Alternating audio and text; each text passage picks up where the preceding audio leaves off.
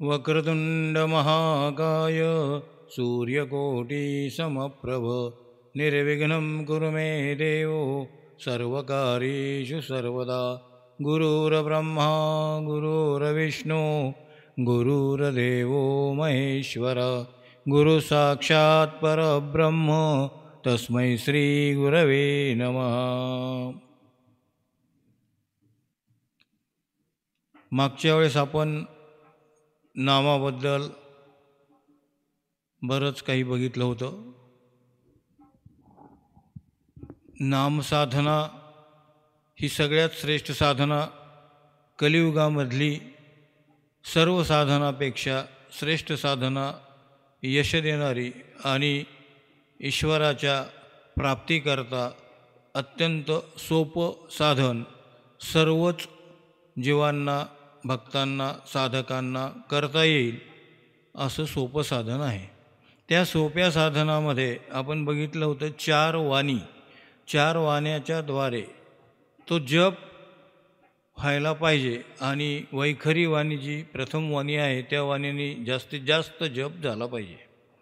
आता हा जप जेव्हा आपण सुरुवात करतो तेव्हा ते जे नाम आहे ते नाम आपल्याला, आपण मागे बघितलं की श्री गुरूंच्या मुखातून मिळालेलं नाम असावं, कारण श्री गुरूंच्या मुखातून जेव्हा नाम मिळतं तेव्हा त्या नामामध्ये श्री गुरूंची शक्ती आपल्याला मिळते आणि त्या शक्तीच्या द्वारा ते नामस्मरण जेव्हा आपल्याकडून घडतं तेव्हा त्या नामाचा जो प्रभाव आहे, त्याचा जो प्रसाद आहे, तो प्रसाद आपल्याला आपल्या या भौतिक जीवनामध्ये आणि पारमार्थिक जीवनामध्ये दोन्ही ठिकाणी त्या प्रसादाचं सामर्थ्य, त्या प्रसादाची शक्ती आपल्याला अनुभवायला मिळत असते। म्हणून आपण जेव्हा हे नाम घेतो तेव्हा हे नाम घेत असताना ते श्री गुरुमुखातलंच असावं, कारण श्री गुरुशिवाय अन्यथा आपल्याला दुसरा कुठलाही पर्याय परमार्थामध्ये यशस्वी होण्यासाठी नाही आहे।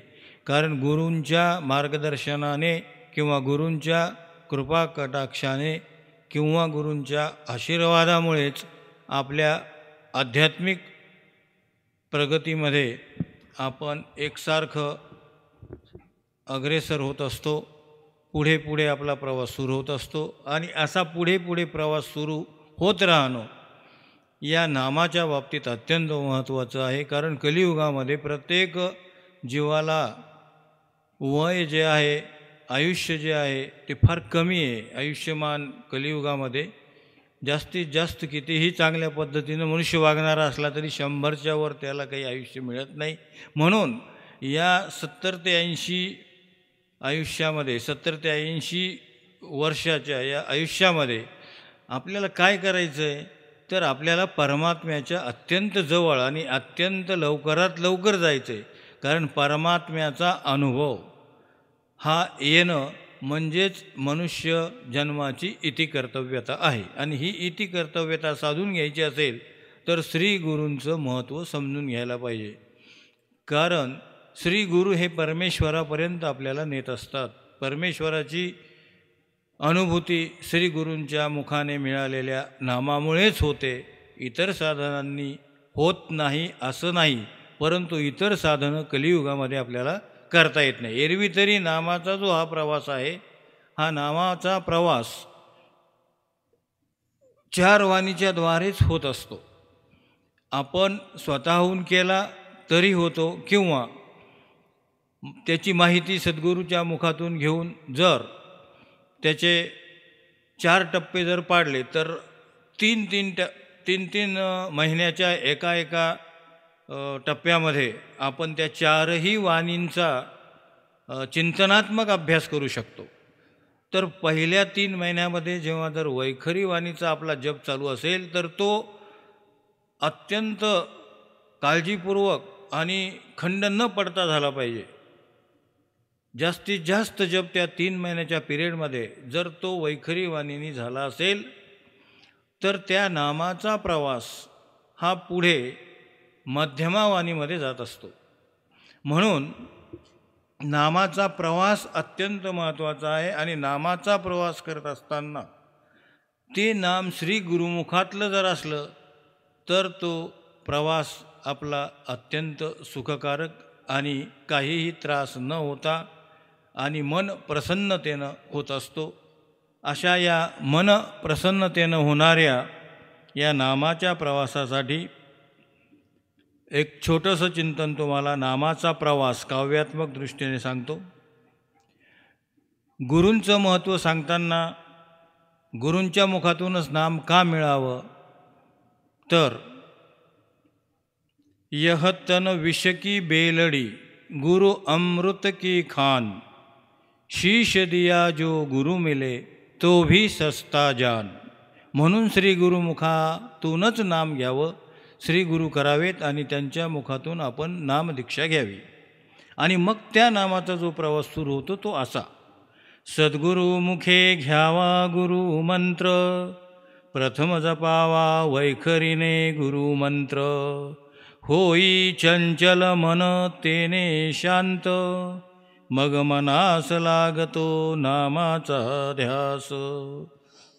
वैखरीने जपता जपता नाम, उतरते ते मध्यमेत मधुर नाम. मगन सोडी रसना घडी भर नाम, कर्मे करिता साधे साधन नाम. मध्यमेतील नाम घोष, उतरे पश्यंतीत, पश्यंती बरी गाते रामकृष्ण हरी. झाला प्रकाश बघा चमत्कार, साधन सोपे नाम उतरण्या पैल तीर. नाम गाता गाता गेले परावाणित, आता काही नाही एकच भगवंत. गेला गेला माझा देहाभिमान, मीच ब्रह्म झाले आत्मज्ञान. असा हा नामाचा सुंदर प्रवास. याच्यामध्ये 3 महिने वैखरिणी जप झाल्यानंतर पुढच्या 3 महिन्यामध्ये तो मध्यमेत जातो.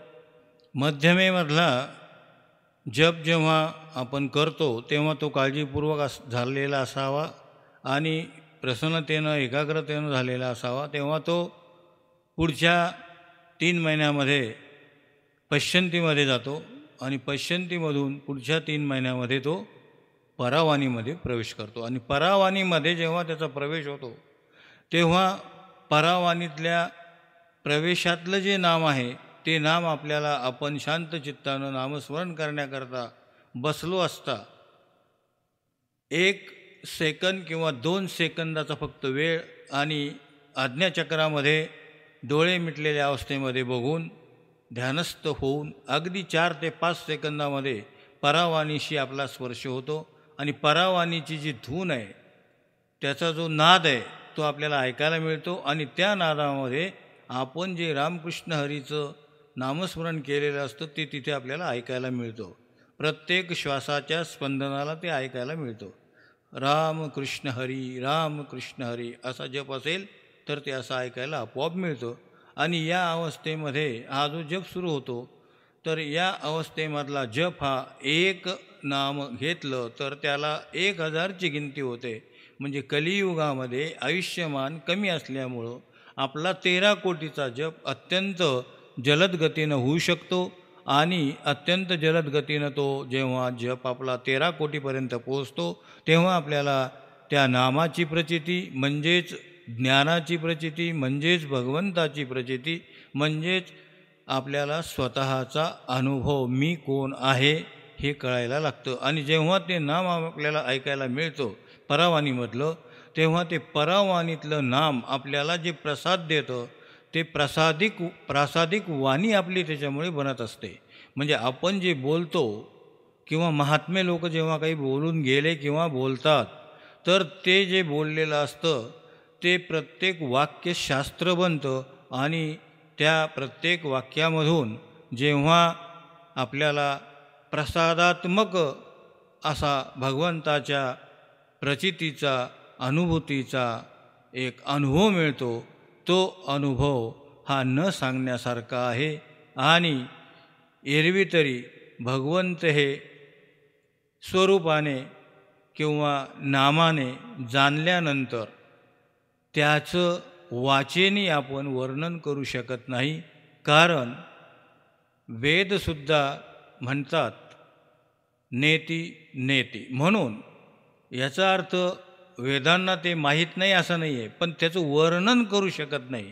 त्याचं वर्णन करण्यामध्ये आपली वाणी कमी पडते. एवढं त्या नामाचं महत्त्व, त्या भगवंताचं महत्त्व फक्त या ठिकाणी अनुभव घेण्याकरता या क्रमाने जर आपण नामस्मरण केलं तर निश्चित आपला कृतार्थता आपली कृतार्थता किंवा आपल्याला जी अनुभव भगवंताच्या प्रचितीचा मिळावा तो मात्र निश्चितच मग या आपल्या आयुष्यामध्ये जेवढं वैमान असेल प्रारब्धानुसार त्या आयुष्यामध्येच तो आपल्याला अनुभव घेता येतो. आणि हे अनुभवाचेच बोल आहेत. नामाचा प्रवास हा जेव्हा आपल्याला अनुभवायला मिळतो की आपण वैखरी वाणीमधून मध्यमा वाणीमध्ये नामस्मरण करत आहोत, त्याच्यानंतर आपला पश्चंतीमधलाही जप सुरू झाला आहे, अशा त्या प्रवासाचं आपण जेव्हा अनुभवायला लागतो तेव्हा तो अनुभव पुढे आपल्याला परावाणीमध्ये फार मदत करत असतो. आणि परावाणीमध्ये जेव्हा त्या श्वासाच्या स्पंदनाला जोडलेलं नाम आपल्याला ऐकायला मिळतं तेव्हा ते नाम आपल्या कुंडलिनी शक्तीला ऊर्ध्वगामी बनवतं आणि ती कुंडली ऊर्ध्वगामी होऊन ती तिच्या मार्गाने जात जात शेवटी सहस्रार चक्रापर्यंत ती आपल्याला घेऊन जाते.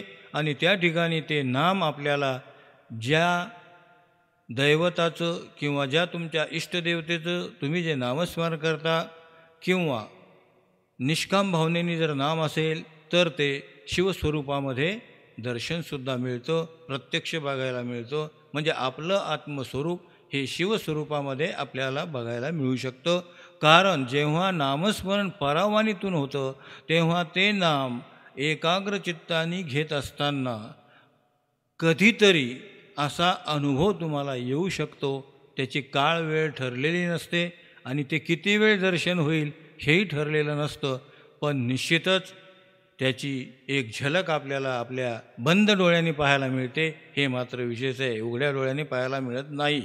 तर ते शिवस्वरूपामध्ये पिंडीच्या स्वरूपामध्ये आपल्याला त्याचं दर्शन होतं.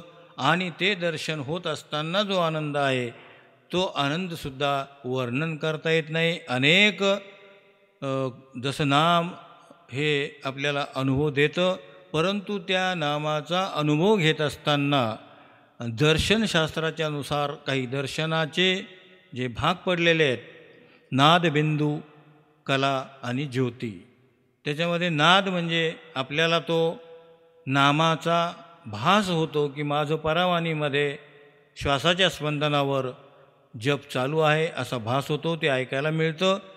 हा नाद आपल्याला ऐकायला मिळतो. नंतर बिंदू स्वरूपामध्ये दर्शन, नंतर कला. कला म्हणजे प्रत्यक्ष त्या त्या भगवंताचं म्हणजे त्या त्या जपानुसार इष्टदेवतेचं स्वरूप आपल्यासमोर बंद डोळ्यांनी आपल्याला पाहायला मिळतं.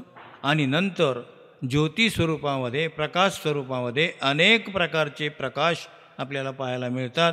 आणि ते शेवटच्या टप्प्यात जेव्हा जातं तेव्हा प्रत्यक्ष शिवस्वरूपामध्ये पिंडीच्या स्वरूपामध्ये दर्शन होतं.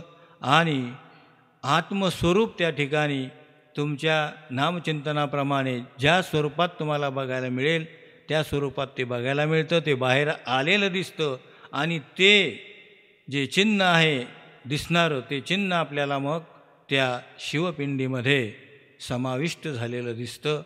आणि नंतर आपल्याला आपली नामाची जी साधना चालू आहे त्याच्यातून जाग येते. थोडक्यात त्याच्यातून आपली जी समाधी आहे नामसाधनेची त्याच्यातून आपलं उत्थान होत असतं. आणि मग त्यानंतरचा जो आनंद आहे तो आनंद चिरकाल टिकून राहणारा असतो. आणि त्यानंतर आपण जे काही शास्त्र वाचन करतो, अनेक प्रकारचे ग्रंथ वाचतो, त्यामधून आपल्याला जो काही अनुभव मिळतो, त्याचा जो काही गुढार्थ मिळतो तो गुढार्थ वेगळाच असतो आणि तो आनंदही वेगळा असतो. मग ते गीतेचे श्लोक असो, ज्ञानेश्वरीची ओवी असो, तुकाराम महाराजांचे अभंग असो, कुठल्याही प्रकारचं शास्त्र भागवत असो, याच्यामध्ये ज्यावेळेस आपण रममाण होतो आणि त्या ओवीचा श्लोकांचा वाचनातून जेव्हा आपल्याला अर्थ लक्षात येतो, तेव्हा त्या अर्थामध्ये जे गूढार्थ लपलेले असतात ते गूढार्थ आपल्याला आकलन होतात आणि त्या गूढार्थामध्ये मनुष्य रममाण होतो. आणि गूढार्थ जोपर्यंत कळत नाही तोपर्यंत आपल्याला नामाची प्रचिती आली की नाही हे कळत नाही. हे एक नामाची प्रचिती आल्याचं अत्यंत महत्त्वाचं लक्षण आहे.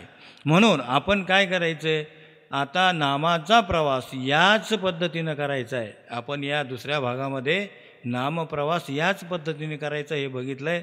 या नामप्रवासाचा हा प्रवास आपला इच्छित स्थळी पोहोचला म्हणजेच आपल्याला प्रचितीच्या स्थळी अनुभूतीच्या स्थळी पोहोचला की त्यानंतर जे अनुभव यायला लागतात त्या अनुभवाचं चिंतन आपण सतत केलं पाहिजे. आणि आपली नामसाधना न थांबवता सततम कीर्तयंतो माम या न्यायाप्रमाणे आणि अनन्यास चिंतयंतो या न्यायाप्रमाणे हे आपल्याकडून सतत नाम घडलं पाहिजे.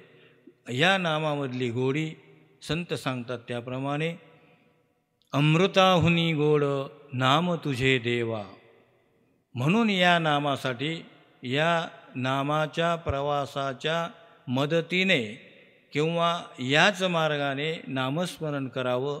तर प्रत्येक जीवाने जास्तीत जास्त वैखरी वाणीने जप करावा.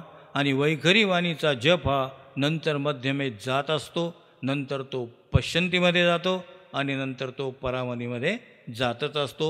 चिंता करू नका, फक्त नामस्मरण सुरू करा आणि त्या नामाची किमया नामाची जादू फार महत्त्वाची आहे.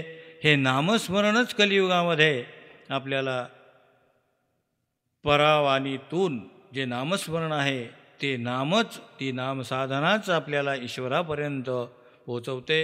आपलं इच्छित स्थळ जे आहे स्वतःचं म्हणजे मी कोण आहे तर मी ब्रह्म आहे त्या ठिकाणपर्यंतचा जो अनुभव आहे आणि तो अनुभवाचा आनंद जेव्हा आपल्याला मिळतो तेव्हा त्याच्यानंतरच आपल्याला सर्वम कलिदम ब्रह्म, सर्व जगच ब्रह्म दिसायला लागतं.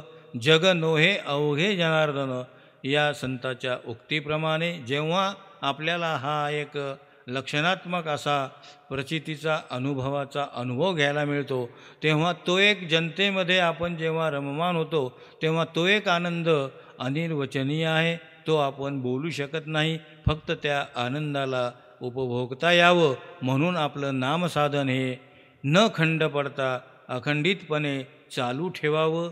वास्तविक जेव्हा परावणीमध्ये नाम जातं तेव्हा ते नाम तुम्ही घेतलं तरी चालू राहतं आणि नाही घेतलं तरी ते परावाणीमधलं नाम चालू असतं. हे लक्षण त्याचं असं आहे की जेव्हा आपण नामसाधनेला बसतो तेव्हा 2च सेकंदात आपण ध्यानस्थ बसलो असता डोळे मिटून आज्ञाचक्रामध्ये बंद डोळ्यांनी बघत असताना ते नाम लगेच आपल्याला ऐकायला मिळतं. ही एक फार महत्त्वाची त्याची खूण आहे. म्हणून प्रत्येक जीवाने नामस्मरण करावं. आता या नामस्मरणाचे विविध फायदे जे आहेत त्या फायद्यावर आपण पुढच्या भागामध्ये पुन्हा बोलू. पंढरीनाथ भगवान की जय. माऊली ज्ञानेश्वर महाराज की जय.